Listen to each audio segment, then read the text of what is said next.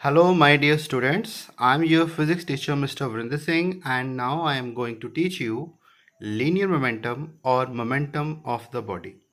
तो बेटे आज हमारा नेक्स्ट लेक्चर है जो कि है from the chapter of force and laws of motions. तो आज का हमारा जो लास्ट टॉपिक है वो है लीनियर मोमेंटम, और उसके बाद एक और टॉपिक है law of conservation of momentum. Sorry, law of conservation of linear momentum. उसके बाद बेटे हमारा थ्योरी का पार्ट फिनिश है। इसके बाद मैं कुछ और वीडियोस बनाऊंगा जो इसके न्यूमेरिकल से रिलेटेड होगी। ठीक है बेटे, तो आज पढ़ेंगे what is the linear momentum, और इसको हम बोल देते हैं सिंपल मोमेंटम भी बोल देते हैं। What is it? तो बेटे momentum of a body is equal to the product of mass and velocity of the body. तो मोमेंटम क्या होता है बेटे? कोई भी ऑब्जेक्ट अगर वो मोशंस में हो तो उसका मास मल्टीप्लाई बाय इट्स उसकी वेलोसिटी। तो अगर किसी ऑब्जेक्ट का वेलोसिटी ज़्यादा है तब भी उसका मोमेंटम ज़्यादा हो जाएगा, अगर उसकी मास का वैल्यू ज़्यादा है तब भी उसका मोमेंटम ज़्यादा हो जाएगा। तो अगर उनकी दोनों ही वैल्यू ज़्यादा है, मास भी ज़्यादा है और वेलोसिटी भी ज़्यादा है, तो उसका मोमेंटम और भी बहुत ज़्यादा हो जाएगा।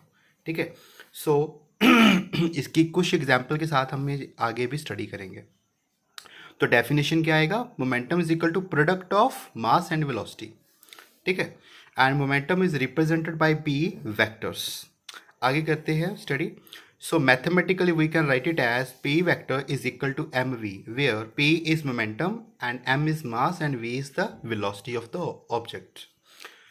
Momentum is a vector quantity, क्योंकि वेलोसिटी है, velocity is a vector quantity, that so that it means that कि हमारे पास जो मोमेंटम है वो भी कैसा होगा? Vector quantity. Next is SI units of momentum is. तो इसके एसआई यूनिट्स क्या होंगे मोमेंटम के? तो एसआई यूनिट्स ऑफ मोमेंटम के होंगे, हमें पता है बेटे मास के यूनिट्स क्या होते हैं? Kilogram, KG. ठीक है, और वेलोसिटी के यूनिट्स क्या होते हैं? Metre per second. तो हम दोनों को साथ में लिख देंगे। ठीक है, KG metre per second is the SI units, is the SI units of momentum. चलिए एक हम और एग्जाम्पल स्टडी करते हैं, एग्जाम्पल से हम समझेंगे what is the momentum. So अब हम स्टार्ट करते हैं। Consider a two ball A and ball B. हमारे पास दो बॉल हैं A and B. Ball A is made up of rubber and ball B is made up of iron. Ball A जो है वो रबर से बनी है, ball B is made up of iron, ball B जो है वो आयरन से बनी है, लोहे से बनी हुई है। Both the balls move with the same velocity. Now the force required to stop the ball B is more as compared to ball A. तो अगर दोनों की वेलोसिटी सेम होगा तो बताइए किसको ज़्यादा फोर्स लगेगी कि उसको स्टॉप करें? तो हमें पता है जिसका मास ज़्यादा होगा उसको ज़्यादा फोर्स लगेगी कि उसको स्टॉप करना पड़े। क्यों? क्योंकि उसका मोमेंटम ज़्यादा होगा। ठीक है, तो पहले केस में हमने क्या स्टडी किया कि अगर किसी ऑब्जेक्ट का मास ज़्यादा हो तो उसका मोमेंटम भी हमेशा ज़्यादा होगा। नंबर 2 सेकंड केस है। Also if ball A moves with 10 metre per second and with velocity and the ball B moves with 2 metre per second. तो अगर दोनों का मास सेम है, सपोज दोनों का मास जो है वो सेम है, अगर दोनों का मास सेम हो एंड दोनों का वेलोसिटी जो होगा मास सेम हो तो क्या होगा? मास सेम है और वेलोसिटी अलग अलग होगी तो फिर क्या होता है?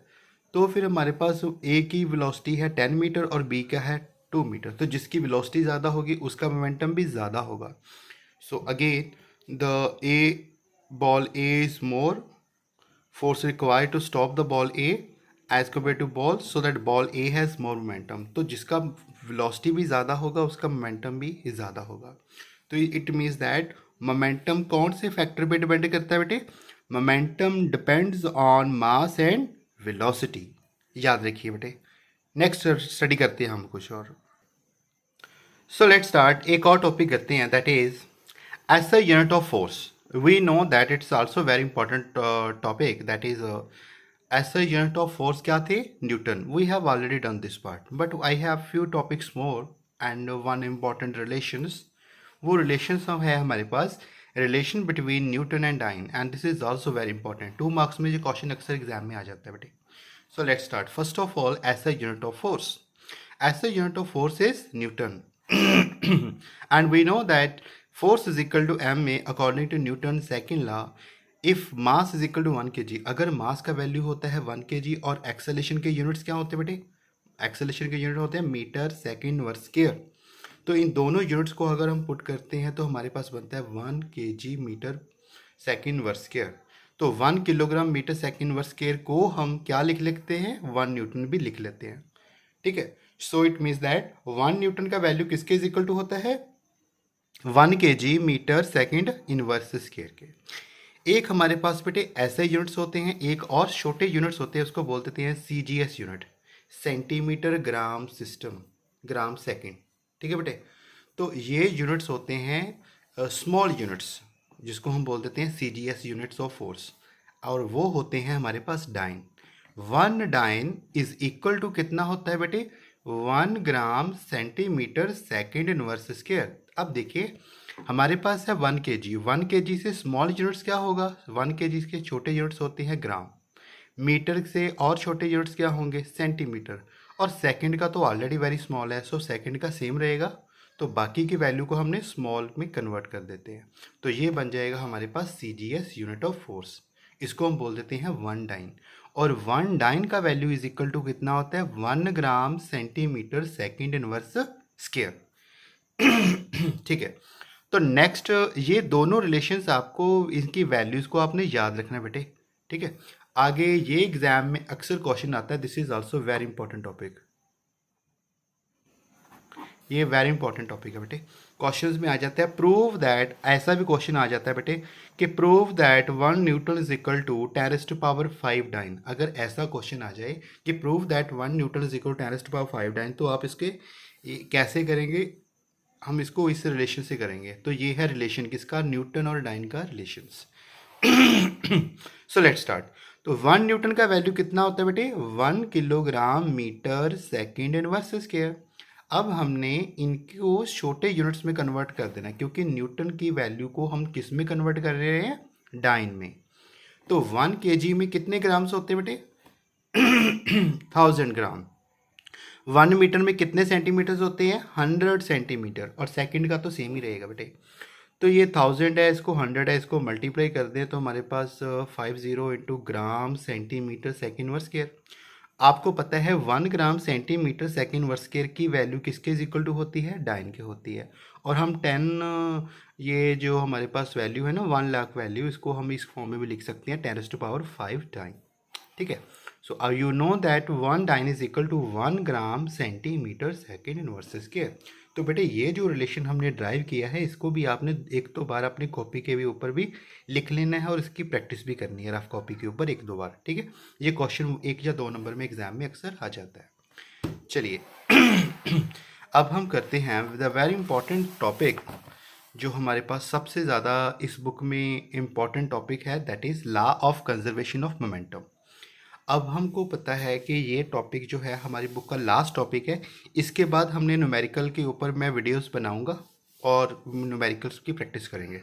ठीक है, तो थ्योरी पोर्शन जो होगा बुक का वो फिनिश है आज बेटे। तो let's start now, law of conservation of momentum. It states that the total momentum of a system remain constant if no net external force acts on the system. अब ये डेफिनेशन क्या है इसकी देखते हैं कि total momentum of a system, मान लीजिए मेरे पास कोई बस है। ठीक है, तो बस का अगर मोमेंटम जितना भी होगा, मान लीजिए उसका इनिशियल और final momentum is remain constant if no net external force act on the system. अगर बस जो है वो रुकी हुई है, स्टिल है, ठीक है, तो उसके ऊपर अगर आप कोई फोर्स नहीं अप्लाई करोगे, अगर उसके ऊपर एक्सटर्नल फोर्स आपने कोई अप्लाई नहीं की, तो क्या उसका मोमेंटम चेंज होगा कि नहीं होगा, तो मोमेंटम उसमें में कोई भी चेंजेस नहीं आएगी। Total momentum of a system या फिर of a body remain constant, constant मतलब सेम ही रहेगा, that is at rest if non external force applied on it. तो हमें पता है अगर आपने उस बस के ऊपर कोई फोर्स नहीं लगाई तो बस की वेलोसिटी में कोई चेंजेस नहीं आएगा, बस जैसे खड़ी है वैसे ही खड़ी रहेगी, तो उसका मोमेंटम ज़ीरो ही हो रहेगा। तो मोमेंटम जब कांस्टेंट होता है मतलब ज़ीरो होगा, तो इट मीन्स दैट उसके ऊपर फोर्स की वैल्यू क्या होगी, ज़ीरो। ठीक है बेटे। तो यही है उसका momentum, law of conservation of momentum का, कि total momentum of a system remain constant if no net external force, external force होती है जो फोर्स हम बाहर से अप्लाई करते हैं, एक्ट्स ऑन द सिस्टम, तो वो सिस्टम होगा कोई भी बॉडी के ऊपर। ठीक है बेटे। सो this is the definition of law of conservation of momentum. इसमें होता है total momentum of the body before and after the collision remain constant. तो ये इसका हम प्रूफ के साथ भी इसको प्रूफ करेंगे। नेक्स्ट है हमारे पास प्रूफ। तो हमने इसी लॉज को बाय प्रूफ हमने इसको भी करना है। ठीक है। सो अब हम करेंगे इसका प्रूफ। तो प्रूफ करने से पहले सबसे पहले हमारे पास है छोटी सा डायग्राम पार्ट। तो हम पहले डायग्राम पार्ट को अच्छे से समझेंगे। You have to draw this diagram also on your notebook, and also you, whenever you have to answer this question, you have to write this diagram also. अब हम study करते हैं। मान लीजिए हमारे पास है ball A and ball B. Ball A has mass m1 और उसकी इनिशियल वेलोसिटी कितनी है बेटे, u1, and ball B has mass m2 and its initial velocity is u2। याद रखिए एक चीज़ कि जो इनिशियल वेलोसिटी होती है, जो स्टार्टिंग में वेलोसिटी होती है, उसको हम बोलते हैं इनिशियल वेलोसिटी, और वो होती है हमारे, हम कैसे रिप्रेजेंट करते हैं, u के साथ। जो हमारे पास फाइनल वेलोसिटी होती है that is represented by v के साथ हम फाइनल वेलोसिटी को रिप्रेजेंट करते हैं। ठीक है बेटे। अब क्या होगा कि अगर दोनों ही बॉल, कुछ इसकी वेलोसिटी है ए की, कुछ बी की वेलोसिटी है, दोनों बॉल ऐसे स्ट्रेट लाइन मूव कर रहे हैं। ठीक है। ये बॉल ए इस बॉल बी को हिट तभी करेगा अगर u1 का वेलोसिटी ज़्यादा होगा u2 से। तो u2 जो होगा उसकी वेलोसिटी कम है, ये इसकी वेलोसिटी ज़्यादा है, तो ये पीछे से आएगा ज़ोर से और इसको हिट करेगा, स्ट्राइक करेगा। तो हमने यहाँ पे एक कंडीशन लिखी है, u1 should be greater than u2। ठीक है बेटे। तो u1 कैसा होना चाहिए, ग्रेटर देन u2 होना चाहिए। तो फिर क्या होता है, फिर क्या होगा, ये बॉडी ए फोर्स लगाएगी m2 पर, वो फोर्स होगी F1। m1 ने किस पे लगाई, बी बॉल पे, m2 पे, कितनी फोर्स, F1। तो इसका अगर इसने इसके ऊपर फोर्स लगाई और m2 ने भी इसके ऊपर फोर्स लगाएगी, लेकिन वो फोर्स ऑपोजिट डायरेक्शंस में होगी। लेकिन ऑपोजिट डायरेक्शन में होगी तो साइन कैसा होता है बेटे, नेगेटिव। जब भी कोई फोर्स ऑपोजिट डायरेक्शन में लगाते हैं तो साइन उसका होता है नेगेटिव F। ठीक है। सो ड्यूरिंग कोलिजन्स, तो आफ्टर कोलिजन क्या होगा, इसने बॉल ए ने ज़्यादा फोर्स लगाई तो फोर्स ज़्यादा इसके ऊपर लगेगी, इसके ऊपर कम लगेगी, तो ये अपनी वेलोसिटी को इसमें ट्रांसफ़र कर देगा। तो वेलोसिटी क्या हो जाएगी, एक्सचेंज हो जाएगी, तो उससे मोमेंटम क्या होएगा, चेंज हो जाएगा बेटे।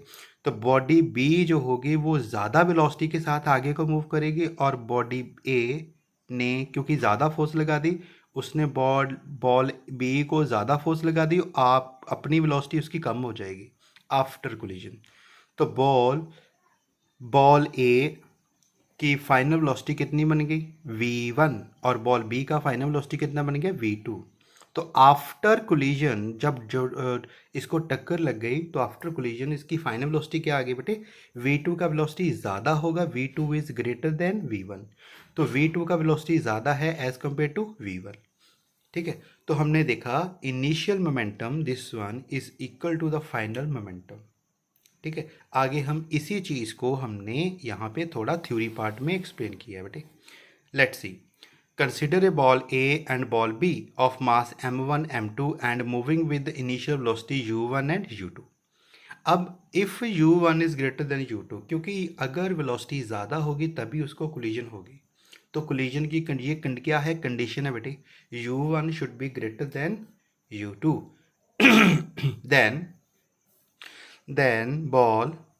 then ball A collide with ball B at the time dt। तो स्मॉल टाइम के लिए ही उस बॉल ने उसको हिट किया, तो वो टाइम जिस पे उसने स्ट्राइक किया वो टाइम कितना था, dt, वो very very small time. Ball A exert force F on ball B and ball B also exert force minus F on ball A in opposite direction, and due to exchange of force, momentum of ball A and B also change.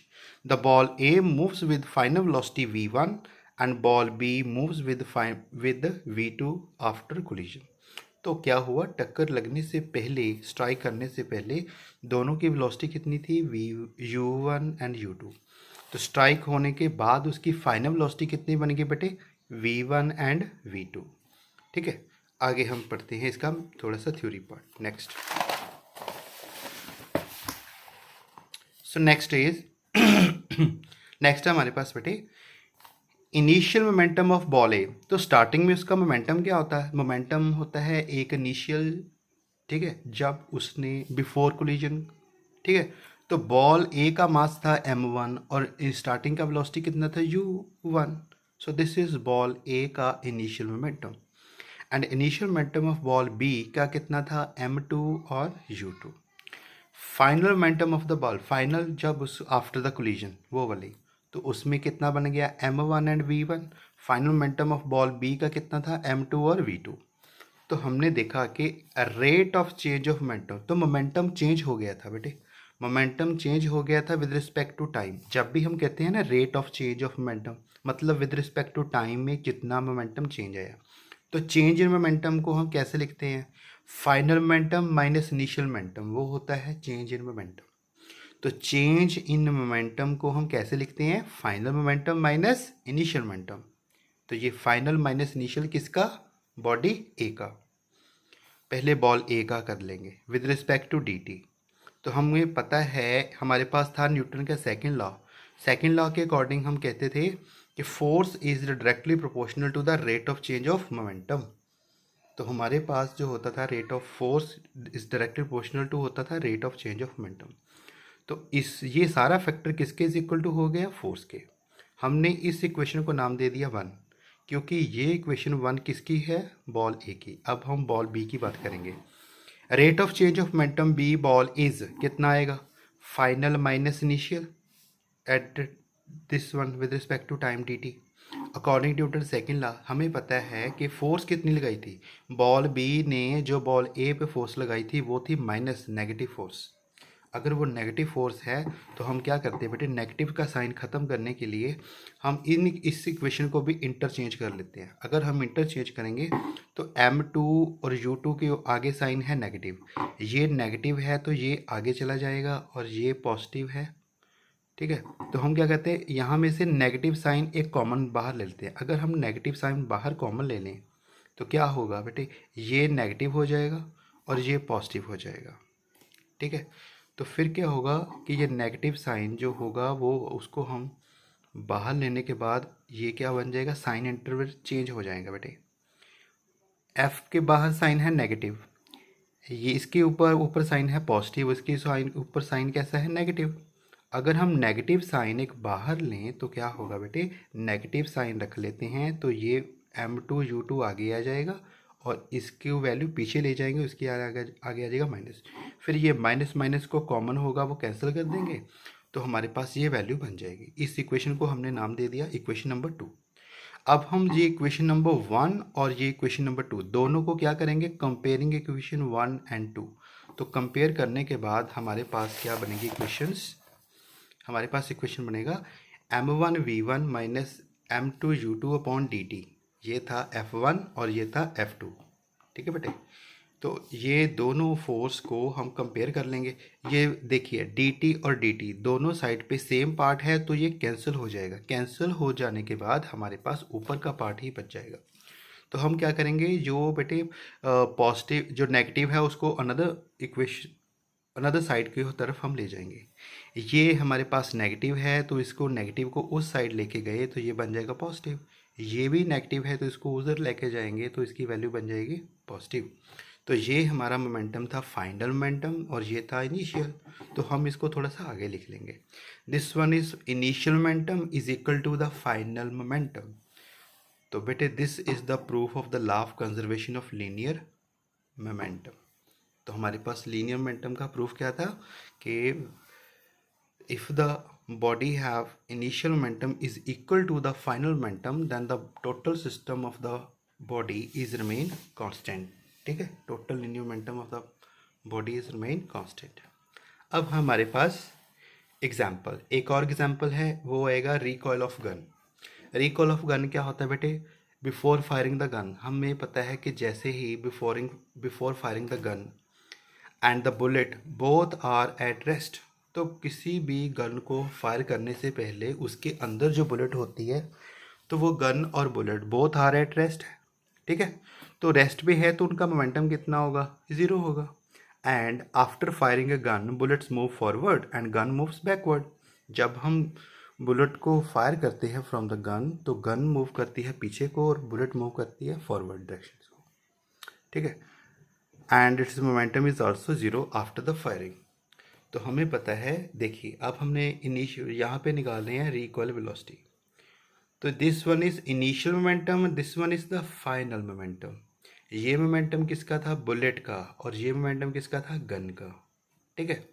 तो यहाँ से recoil velocity किसकी निकालनी है हमने, gun की। तो ये पॉजिटिव है, उधर जाके कैसा बन जाएगा, माइनस नेगेटिव। तो वेलोसिटी निकालनी है रिकॉइल वेलोसिटी, तो एम चला जाएगा इसके नीचे। This is the recoil velocity of the gun. आपको पता है रिकॉइल वेलोसिटी क्या होती है, after the firing of the gun when ever gun moves backward with the velocity, तो वो उस वेलोसिटी को हम बोलते हैं recoil velocity. This is also example of law of conservation of momentum. एक और एग्जांपल आप कर लेना, that is example is the thrust of gases when the rocket moves upward. तो रॉकेट का जो थ्रस्ट ऑफ गैसेस है वो फोर्स लगाता है backward and the rocket move forward, मतलब upward. So this is the two examples of law of conservation of momentum. तो बेटे बाकी का टॉपिक हम कल करेंगे इसके एग्जांपल्स, ठीक है बेटे, न्यूमेरिकल्स करेंगे नेक्स्ट हम कल। तब तक के लिए थैंक यू। ये जितना भी मैंने आज करवाया है आपको, आप सब स्टूडेंट्स ने इनको अपनी फेयर कॉपी के ऊपर नोट कर लेना है, ठीक है। ये सारे के सारे बहुत अच्छे से आपके नोट्स बन जाएंगे। तो बाकी के हम न्यूमेरिकल का प्रैक्टिस करेंगे कल। Till then thank you and bye bye.